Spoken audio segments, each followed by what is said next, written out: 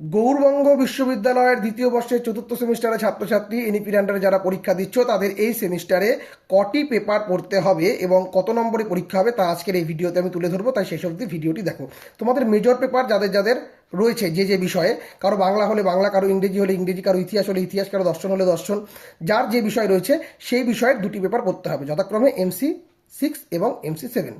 তোমাদের 50 নম্বর করে পরীক্ষা হবে, 40 নম্বর রিটেন এবং 10 নম্বর ইন্টারনাল, টোটাল 100 মার্কস চলে আসলো এখানে। মাইনর পেপার তোমাদের যেটা রয়েছে MNC4, সেটা তোমাদের 40 নম্বর রিটেন, 10 নম্বর ইন্টারনাল, এই 50 নম্বর। MIL অর্থাৎ AEC4 পেপার MCQ ওরিয়েন্টেড হবে, এটা ইংলিশ ল্যাঙ্গুয়েজ 2, এখানে তোমাদের 1 নম্বরে 25টি MCQ থাকবে, 25 নম্বরে পরীক্ষা হবে। VSC3 পেপার MCQ ওরিয়েন্টেড হবে, এটা তোমাদের কিন্তু বিষয়টি পছন্দ করতে হবে, এখানেও তোমাদের 25টি MCQ থাকবে, 1 নম্বরে 25টি প্রশ্ন থাকবে, তোমাদের করতে হবে।